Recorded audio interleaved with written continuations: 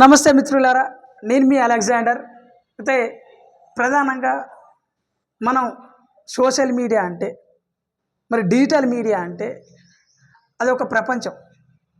అది పసిఫికా లేకుంటే అమెజానా, నువ్వేమన్నా పేరు పెట్టుకో. అంటే హద్దు పద్దు లేదంటవా, భూమి ఆకాశానికి తేడా లేదంటవా, ఏదన్నాను కానీ అన్ని మీడియా ఛానళ్ళకి, వార్తాపత్రికలకి మెయిన్ సోర్సు సోషల్ మీడియానే. మరి సోషల్ మీడియాలో చాలామంది ఇన్ఫ్లుయెన్స్ ఉంటారు. అంటే ఇన్ఫ్లుయెన్స్ చేసే వాళ్ళు ఉంటారు, చాలా విధాలుగా ప్రభావితం చేసే వాళ్ళు ఉంటారు.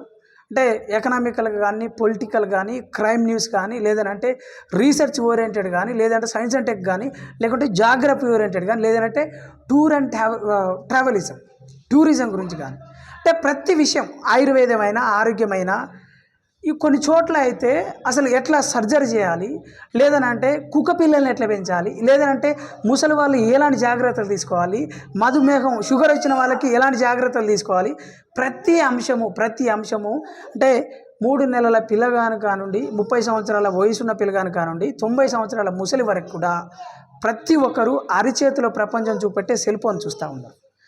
ఇదంతా ఎందుకు చెప్తున్నా అంటే, నా అన్వేషణ చాలామందికి ఇన్స్పిరేషను, చాలామంది గొప్పగా అనిపించవచ్చు.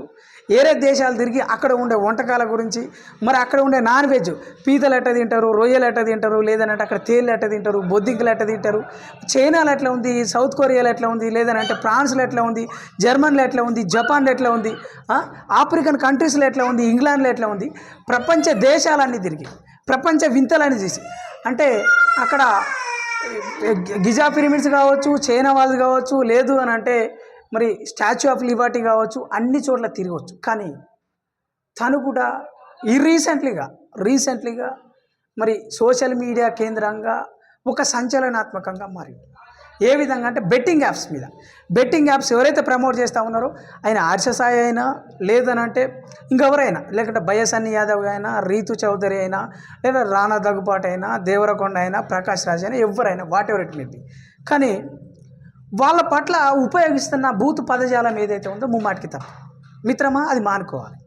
అయితే ఆ ఇన్ఫ్లుయెన్సర్స్ చేస్తే వాళ్ళ అమ్మ నాన్నలు ఏం చేశారు, వాళ్ళ అమ్మ నాన్నని ఒక రకంగా తిడతావు, వాళ్ళ చెల్లెల్ని ఒక రకంగా తిడతావు.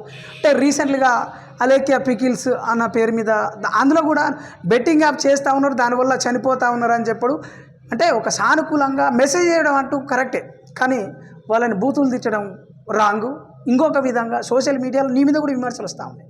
అంటే వేరే దేశాలు తిరుగుతున్నప్పుడు నువ్వు ఒక భార్యని వదిలిపెట్టో, లేకుంటే వేరే వాళ్ళ కుటుంబాలని, నీ కుటుంబాన్ని వదిలిపెట్టో, నువ్వు విచ్చలవిడిగా తిరుగుతున్న తరుణంలో వేరే అమ్మాయిలు వేసుకొని తిరుగుతూ ఉన్నావు కదా, అది ఎట్లా పద్ధతి అవుతుంది, అది ఎట్లా భారతీయ సంస్కృతి అవుతుంది అనే వాళ్ళు ఇక్కడ హిందుత్వవాదులు అనుకో, సాంప్రదాయవాదులు అనుకో, మహిళలు అనుకో, నీ మీద కూడా విమర్శలు ఉన్నాయి. అంటే ప్రధానంగా ఏంటంటే స్వేచ్ఛ ఉంటుంది, అబ్సల్యూట్ లిబర్టీ అంటూ ఉండదు. ఎందుకు ఉండదు అని అంటే, నీకు ఇష్టం వచ్చినట్టు మాట్లాడడానికి, నువ్వు ఇష్టం వచ్చినట్టు ప్రేలాపన చేయడానికి అంటూ ఉండదు. అది కూడా ముమ్మాట రాంగ్ కదా. అంటే తప్పు చేసిన వాళ్ళని ఇది తప్పు అని చెప్పడంలో తప్పలేదు. వాళ్ళు ఏ విధంగా మోసం చేస్తురన్న, వాళ్ళు ఏ విధంగా బెట్టింగ్ యాప్స్ ద్వారా ఏ విధంగా జనాలు ప్రభావితమై ఏ విధంగా చనిపోతురన్న దాని మీద 100% అది నీకు సపోర్ట్ చేస్తారు, ప్రభుత్వాలు కూడా సపోర్ట్ చేస్తాయి.